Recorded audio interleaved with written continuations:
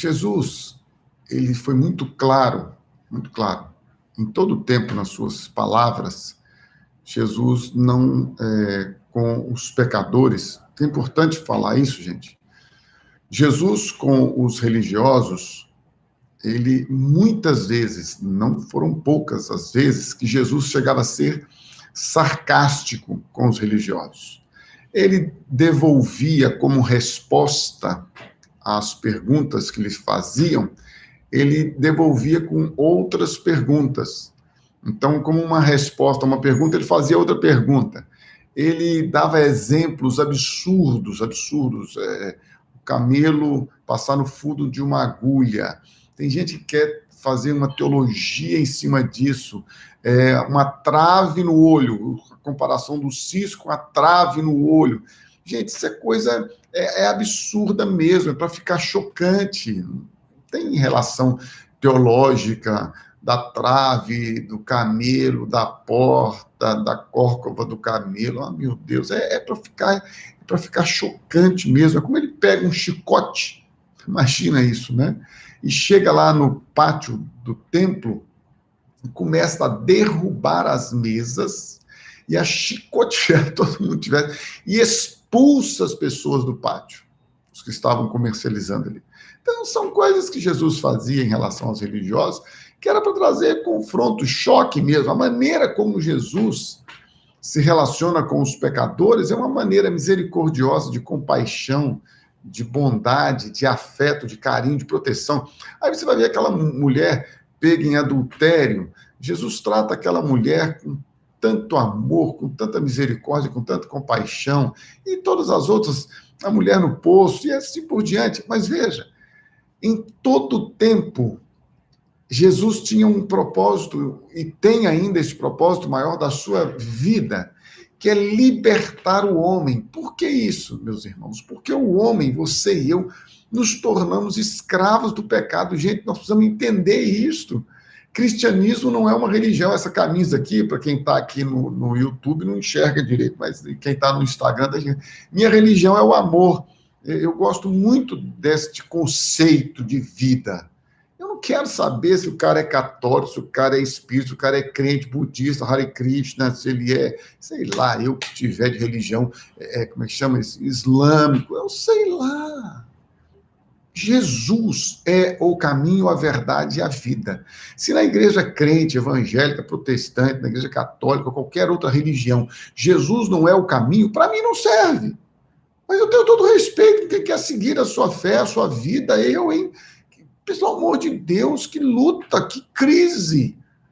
Nós decidimos crer em Jesus, nós queremos andar segundo a palavra de Deus, segundo os princípios de Deus, e ponto.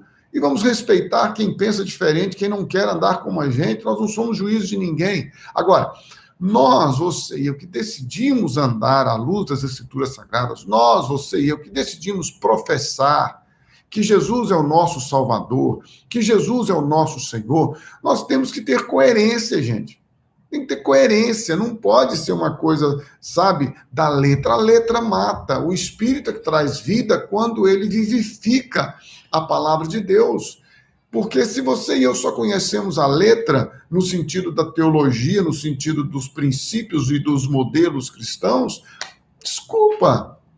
Agora, com todo o respeito que tenho às demais religiões e com todo o respeito que tenho à fé de cada um, eu decidi crer na Bíblia e espero também que seja respeitado.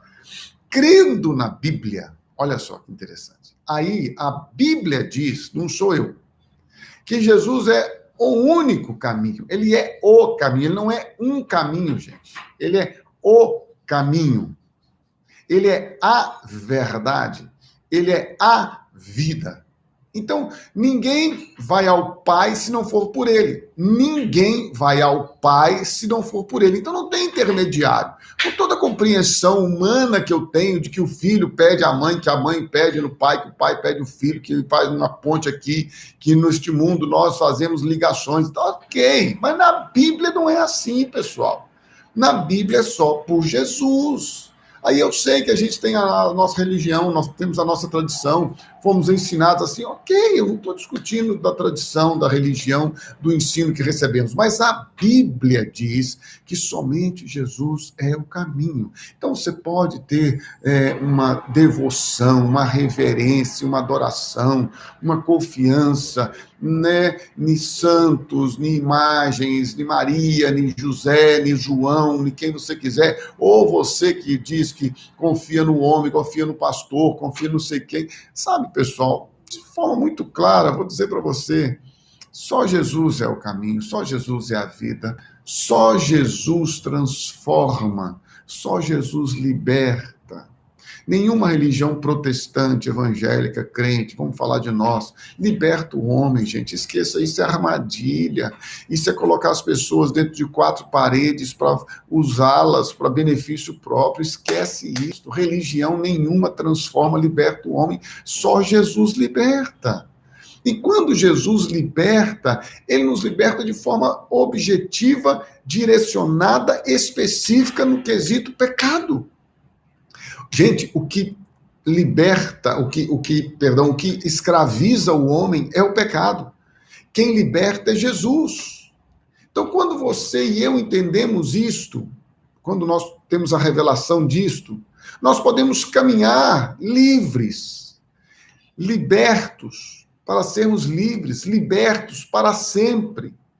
O texto de João, capítulo número 8, é um texto onde a Bíblia relata-nos que Jesus foi para o Monte das Oliveiras.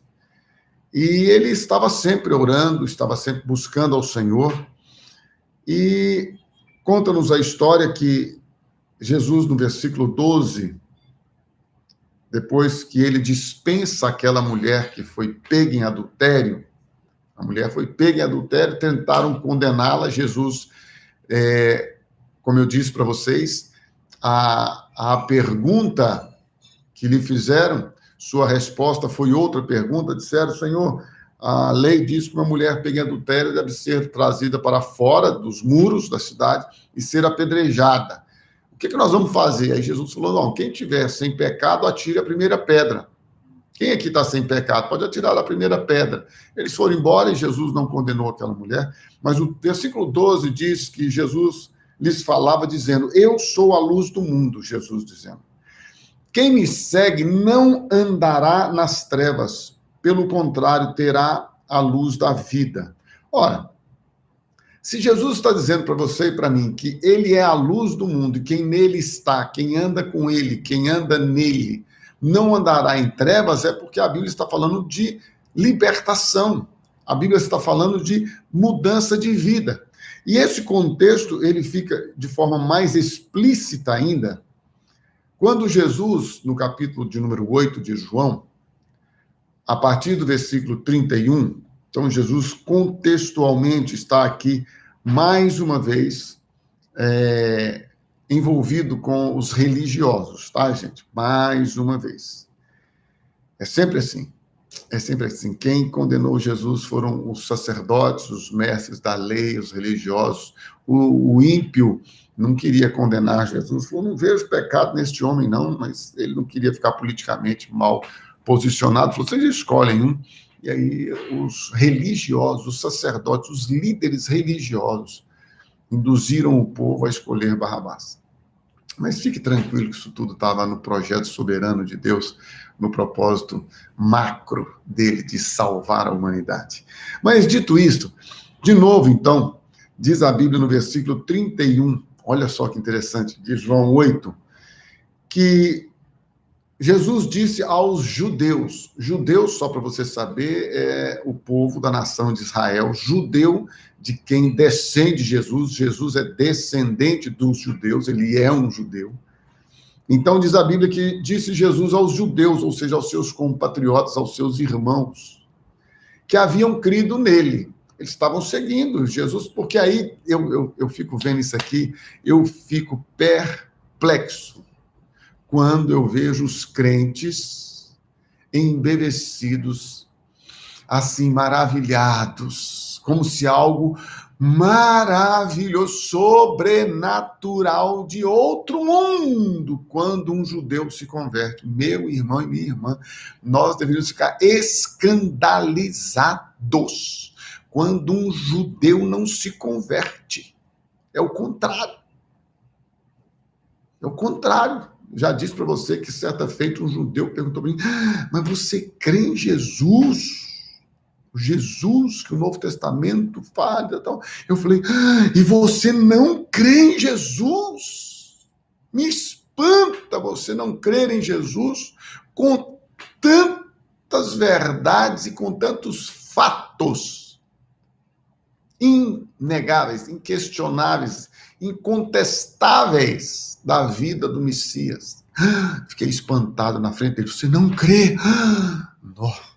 Ok? Mas, enfim, para você que é um idólatra, tem uns crentes que são idólatras de judeu convertido, são os chamados judeus messiânicos. Queria que fosse o quê? Eu não sei, uma nova coisa. Judeu messiânico tem que ser mesmo, meu irmão. Jesus veio para salvar, veio para o que era seus, mas os seus não o receberam, mas a todos quantos o receberam, deu-lhes o poder de serem feitos filhos de Deus, os quais não nasceram do sangue nem da carne, mas da vontade de Deus. Bom, aí Jesus falou aos judeus que tinham crido nele, se vocês permanecerem na minha palavra, vocês verdadeiramente serão meus discípulos. Tem que permanecer na palavra. Aquele que me ama, guarda os meus mandamentos. Se você pegar um crente, ou se você for daqueles crentes que vive desviado, que vive no pecado, que vive nas trevas, você não é crente em nada. Você é crente igual o diabo, é o pior do que o diabo, porque o diabo crê e estremece. Crês tu que há um só Deus, fazes bem. Os demônios creem e estremecem. Tem crente que é pior do que o diabo, que não estremece diante de Deus, vive na carnalidade, no pecado, na impiedade, na iniquidade, satisfazendo os seus desejos carnais. Esses crentes, inclusive, só para você saber se você é um deles, eu não sei, mas não é do reino de Deus, não. Você vai ter uma surpresa terrível naquele dia, à luz das Escrituras Sagradas. Você vai chegar para Jesus e falar, Jesus, eu estava lá, eu era carnal, tropeça aqui, cai acolá, ora eu estava bem, ora eu estava mal, mas eu usei o teu nome, expulsei demônio, fiz sinais, maravilhas, escolhi os enfermos, levantei os coxos, eu curei os leprosos, eu fiz, Jesus vai falar com você assim, eu nunca nem te conheci, rapaz. Nem sei quem você é, porque você vivia na iniquidade, você usava o meu nome, e quem usou o meu nome já recebeu o galardão pelo uso do meu nome. Agora, eu não te conheço, aparta-te de mim, vai para as trevas, vai para o juízo final. Então, se você é um crente carnal, desses que estão aí andando, eu sou pecador mesmo, eu sou carnal mesmo, eu sou fraco mesmo, a carne é fraca, é por isso que ela foi crucificada, irmão. A carne é fraca, é por isso que Jesus crucificou nossa natureza carnal com ele, pregou lá na cruz de uma vez por todas. E deixa eu dar uma notícia para você, seu velho homem não foi amarrado, não, meu irmão, e a corda não apodrece, seu velho homem foi crucificado com Jesus e morreu para o pecado, morreu para a iniquidade, morreu para a maldade, morreu para a perversidade, morreu para a impiedade. Você está morto com Cristo, você está crucificado com ele, já não é você mais quem vive, é Cristo que vive em você. Por isso que o pecado não tem domínio sobre a sua vida. E então Jesus está dizendo, se vocês permanecerem, tem que permanecer na minha palavra, irmão. Tem que permanecer na palavra. Céus e terra passarão, mas a minha palavra permanecerá. Fica firme na palavra, irmão. Não fica firme no que você sente, não fica firme no que você ouve, não fica firme no que você vê, não fica firme no que as pessoas dizem. Fique firme na palavra. Porque a palavra de Deus, ela dura para sempre. A palavra de Deus nos sustenta. A palavra de Deus em todo tempo nos santifica, nos liberta. Então Jesus está aqui agora com esses judeus, todo mundo religioso.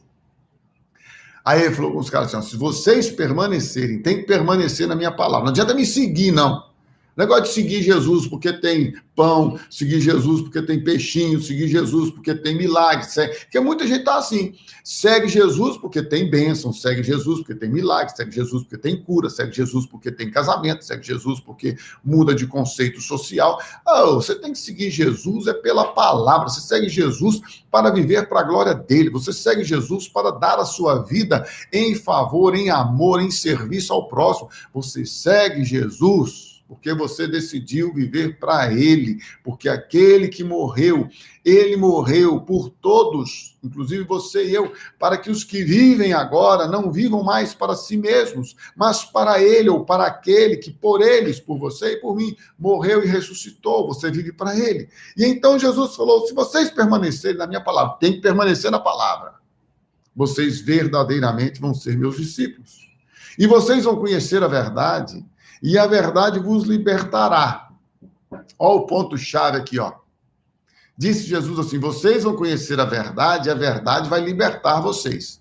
Aí, Jesus está falando com os judeus, que nesta época estavam debaixo de um governo que não era judeu, e eles já haviam experimentado durante a história deles, este povo judeu, momentos na história, a própria Bíblia no Velho Testamento relata isso, de escravidão.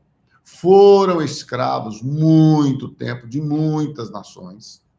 E agora são governados não por judeus. E Jesus está dizendo para ele, vocês vão conhecer a verdade, e a verdade vai libertar vocês. Mas preste atenção no contexto. Aí eles, religiosos, que é assim que você e eu somos, não é? Se alguém não crê como nós, o que a gente faz? Vai para o inferno, vai para o inferno. Ah, você não crê? Não, vai para o inferno. A minha religião é que acerta, a minha religião é que é da Bíblia, a minha religião, sua religião, daqui a pouco está em você com quem você está condenando ou não. Mas você que se tornou juiz, vai primeiro para a condenação, para o lago que arde com fogo e enxofre, que nós não somos juízes de ninguém. Com a mesma medida que nós medirmos, nós seremos medidos. Se você mede com juízo você será medido. Se você mede com acusação e com condenação, com acusação e com condenação você será medido. Jesus é amor, Deus é amor, mas ele é justo e a palavra dele é verdadeira e vai se cumprir. Aí, falou com os judeus religiosos, falou com os crentes, com nós, você e eu, né? Nós crentão, tudo certinho, nós somos os donos da salvação, na verdade. Responderam os judeus, somos descendência de Abraão e jamais fomos escravos de alguém. Aí, gente, você tem que entender que o pecado, ele faz isso, cega as pessoas e as torna mentirosas ainda, na verdade. Somos descendência de Abraão e jamais fomos escravos de alguém. Como dizes tu, sereis livres? Respondeu-lhes Jesus, em verdade vos digo, todo o que comete pecado é escravo do pecado. Por favor, interpretação de texto, contexto. E conhecereis a verdade vos libertará. Eles respondem, nós somos descendência de Abraão, nunca fomos escravos de ninguém. Aí Jesus responde, todo que comete pecado é escravo do pecado. Jesus está falando de qual escravidão? De governamental? Está falando de uma escravidão humana, no sentido de gestão política? Jesus está falando de qual escravidão? Em verdade vos digo, todo que comete pecado é escravo do pecado. O escravo não fica para sempre na casa, o filho para sempre fica. Versículo 36. Se, pois, o filho vos libertar, se o filho vos libertar, vocês verdadeiramente serão livres. Se, pois, o filho vos libertar, verdadeiramente sereis livres. De qual libertação Jesus está falando? Jesus está falando da libertação do pecado. Porque o pecado mata, o pecado separa o homem de Deus. Isaías 59, 2 é explícito. Os vossos pecados, a mão do Senhor não está encolhida. Seus ouvidos não estão agravados, não estão doentes, para que não vos possa ouvir. Mas os vossos pecados fazem separação entre vós e o vosso Deus. Qual a libertação que Jesus está falando? Libertação do pecado. João Batista, aquele que foi decapitado, porque não concordou, não se calou diante do pecado, ele foi decapitado. Este João olhou para Jesus, quando Jesus se dirigia a ele, por João ser batizado, e disse, eis o Cordeiro de Deus que tira o pecado do mundo. Aí você tem que pensar, o pecado continua ou não continua entre nós? O pecado que tão de perto nos rodeia. O pecado continua no mundo. Então, que pecado é esse que ele tira? Tira de dentro de nós. Ele tira o pecado, a natureza de dentro de nós, ele arranca de dentro de nós o pecado, a natureza pecaminosa. E esse pecado que ele tira de dentro de nós é o pecado a que ele se refere, que nós seríamos livres. E conhecereis a verdade vos libertará. Se, pois, o Filho vos libertar, verdadeiramente sereis livres. E esta continuação, que amplia-se agora, porque na cabeça do religioso, olha que interessante isso, gente. Na cabeça do religioso, por mais escravo que ele seja, ele não se vê escravo. É interessante isso. Você pega um crente carnal, o cara está no adultério, o cara está vivendo na fornicação. Fornicação é quando você não é casado. Né? Esses namorados que hoje em dia viram moda, o namorido, já viu o namorido? As pessoas hoje estão se juntando para morar juntas, né? Elas são namorados, mas moram juntas, são os namoridos. Aí, para que casar? Bobagem, casar, não tem nada a ver. É lógico, o diabo quer isso mesmo. A primeira instituição que Deus estabeleceu foi o casamento, a segunda foi a igreja, a primeira foi o casamento. Então, veja bem, que interessante isso.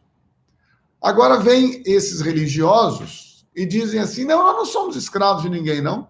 O crente, quando ele está no pecado, na maioria das vezes ele acha que é uma coisa assim, vai passar.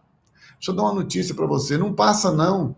Sabe por quê? E se passar, vira essa montanha russa louca, essa coisa doida, de hora peca, hora não peca, hora é santo, hora é pecador, é uma coisa maluca. Deixa eu dar uma notícia para você. Você precisa ser livre. Você precisa ser libertado, você precisa de morrer. O velho homem, a velha vida, tem que morrer, tem que ser crucificado, tem que morrer para a velha vida, para o pecado.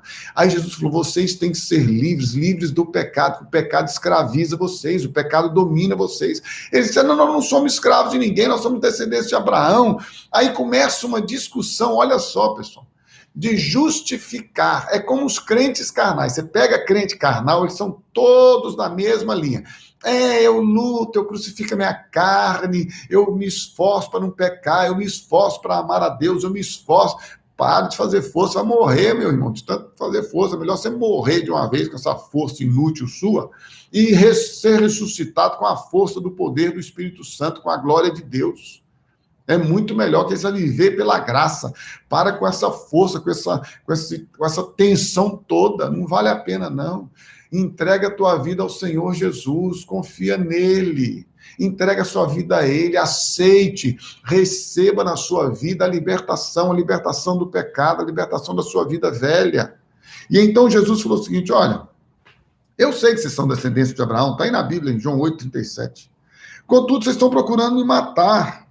E aí ele explica por quê, porque a minha palavra não está em vós. Por isso que ele diz, se vocês permanecerem na minha palavra, vocês serão meus discípulos. Se não permanecer, não é não. Eu, disse Jesus, eu falo das coisas que eu vi junto do meu pai. Vocês fazem os que vocês viram junto do vosso pai. Gente, deixa eu falar com vocês que o negócio aqui ficou tenso. Ó, o negócio ficou tenso aqui agora. Presta atenção, o que é interessante isso. Presta atenção do mineiro, é mó barato. Presta atenção. Presta a atenção. Presta atenção. Eu falo das coisas que vi junto de meu pai. Vós, porém, fazeis o que vistes em vosso pai. Então, Jesus aqui começou a separar a paternidade. Se estava ruim, vai piorar. Se vocês permanecerem na palavra, serão meus discípulos. Vocês vão conhecer a verdade vai libertar vocês. Opa! Nós não somos escravos de ninguém. Ah, não são, não? Se, pois, o Filho vos libertar, verdadeiramente sereis livres. Não, mas nós não somos escravos de ninguém. Ah, não são, não? Não. Então, Jesus falou, eu falo das coisas que eu vi junto do meu pai, e vocês fazem o que viram junto do pai de vocês. Então, Jesus aqui agora separa a paternidade. Esse tema de hoje, ele não como é que fala? Muito agradável no sentido, assim, da autoestima, né? Separou a paternidade. Então responderam para Jesus. Olha que legal isso, gente. Nosso pai é Abraão. O que significa isso aqui? Já vamos logo assumir quem nós somos. A gente já tinha falado lá, nós somos descendentes de Abraão. Vamos confirmar isso aqui. Nosso pai é Abraão. Disse-lhes Jesus, se sois filhos de Abraão, praticai as obras de Abraão. Que obras de Abraão? Como é que funciona isso? O que é isso, Jesus? Mas agora procurais matar-me, a mim que vos tenho falado a verdade, que ouvi de Deus. Está lá no versículo 38. Eu falo das coisas que vi junto de meu pai. Assim não procedeu Abraão. Abraão não fez isso, não. Abraão, quando ele se encontrou comigo, ele não quis me matar. Eu falei das coisas que o meu pai havia me falado e Abraão teve uma atitude totalmente diferente da de vocês. Vós fazeis as obras de vosso pai. Disseram-lhe eles, nós não somos bastardos, temos um pai que é Deus. Vocês perceberam que já mudaram aqui ou não? Como Jesus fez esse confronto em relação à pessoa de Abraão, eles disseram, opa, peraí, quem sabe esse profeta aí conheceu Jesus, sei lá, vai que...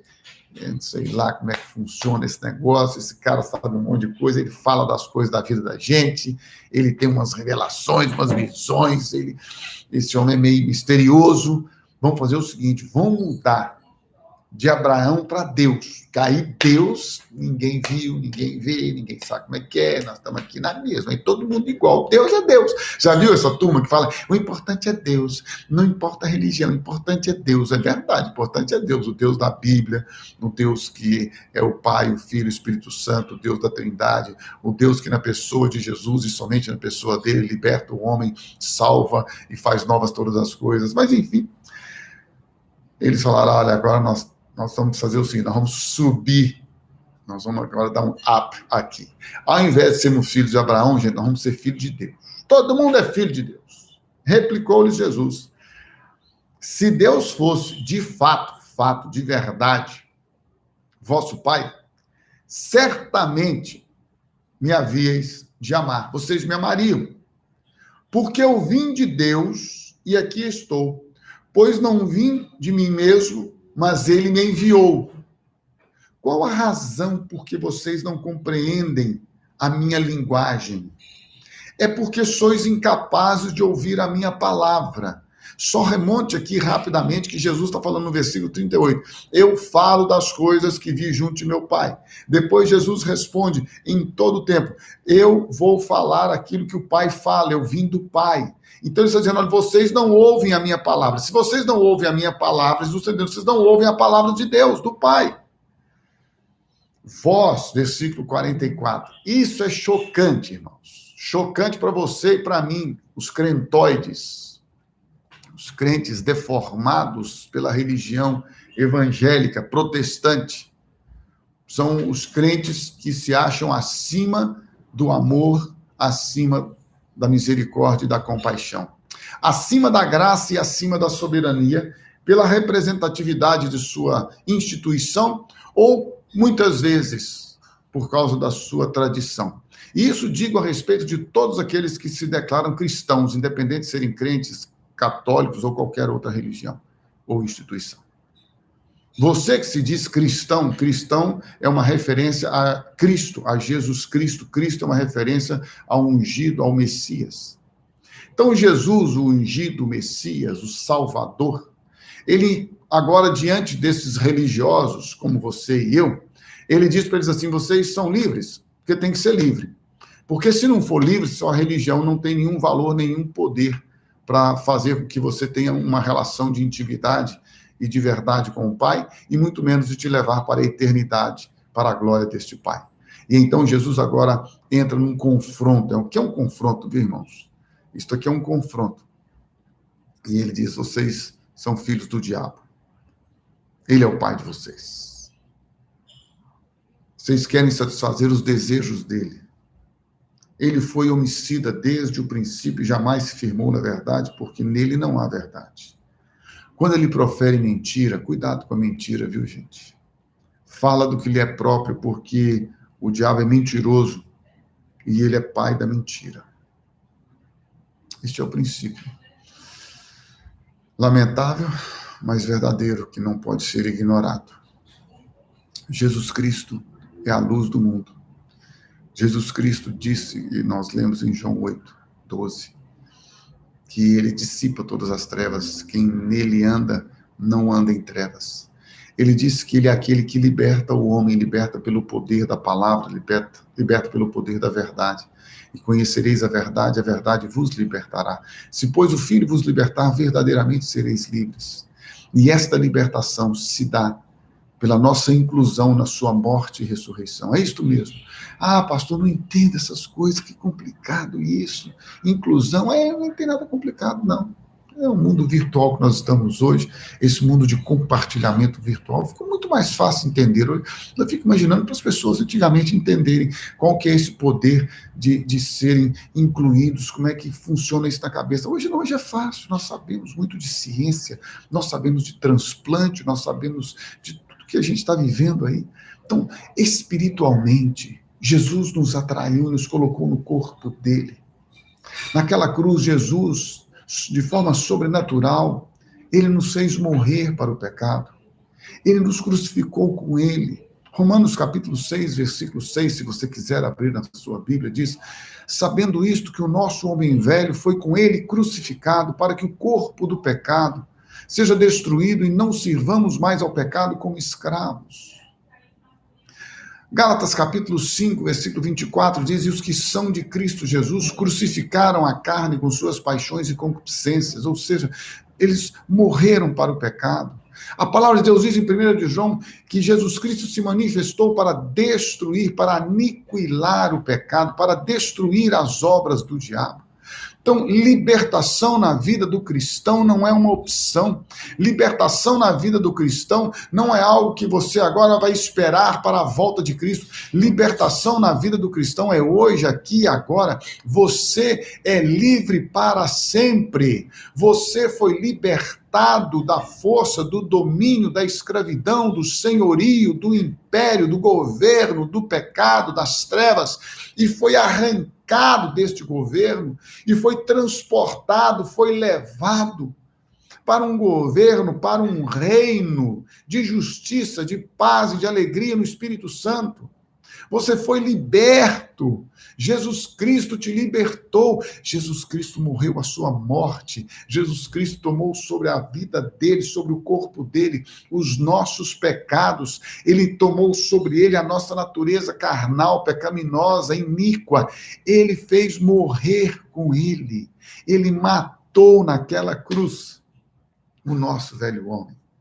Ele despojou principados e potestades, e o melhor de tudo isso, meu irmão e minha irmã, é que ele nos ressuscitou juntamente com ele, e nos fez assentar nas regiões celestiais nele, para que agora nós pudéssemos viver uma vida livres do pecado. O pecado não tem mais domínio sobre nós, porque nós não estamos debaixo da lei, mas debaixo da graça.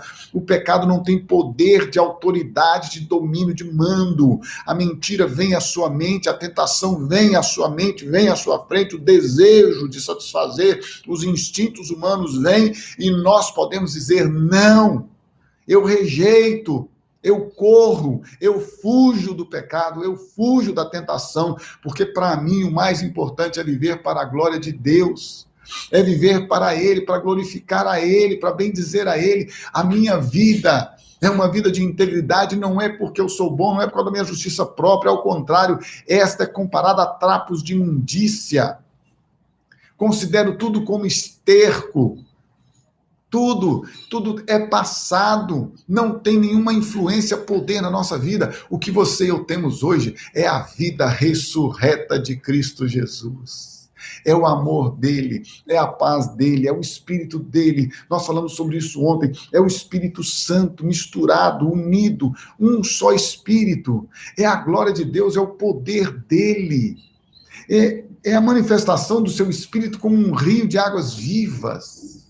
E agora você vive nesta terra, limitado, finito, humano, sujeito ao pecado, podendo pecar, podendo muitas vezes ter um fracasso, uma derrota na sua vida, mas sabendo que você não vive, você não anda em trevas, você não vive no pecado, você é filho amado de Deus que vive em justiça e santidade perante Ele todos os dias da sua vida. Você é alguém que foi regenerado, transformado. Você é alguém que foi alcançado por Deus para receber dele toda a glória, toda a bondade, todo o poder, para que você possa agora viver para a glória dele. E em tudo, você pode, sim, você pode dizer, não sou mais eu quem vive. Quem é que vive? Cristo vive em mim. E a vida que eu vivo neste corpo, nesta carne limitada, finita, humana, sujeita ao pecado e às tentações, eu a vivo na fé do Filho de Deus, o qual me amou e a si mesmo se entregou por mim. E ele que começou esta boa obra de libertação e de transformação, ele mesmo vai aperfeiçoá-la até a volta de Cristo Jesus. Então eu queria mais uma vez, nesta manhã, desafiar você a entregar a sua vida ao Senhor Jesus, a derramar-se diante dele e a dizer, Senhor, eis-me aqui, cumpra-se em mim a tua vontade, que a minha vida seja para teu louvor, que a minha vida seja para a tua glória, e que em todo tempo, teu nome seja exaltado e glorificado.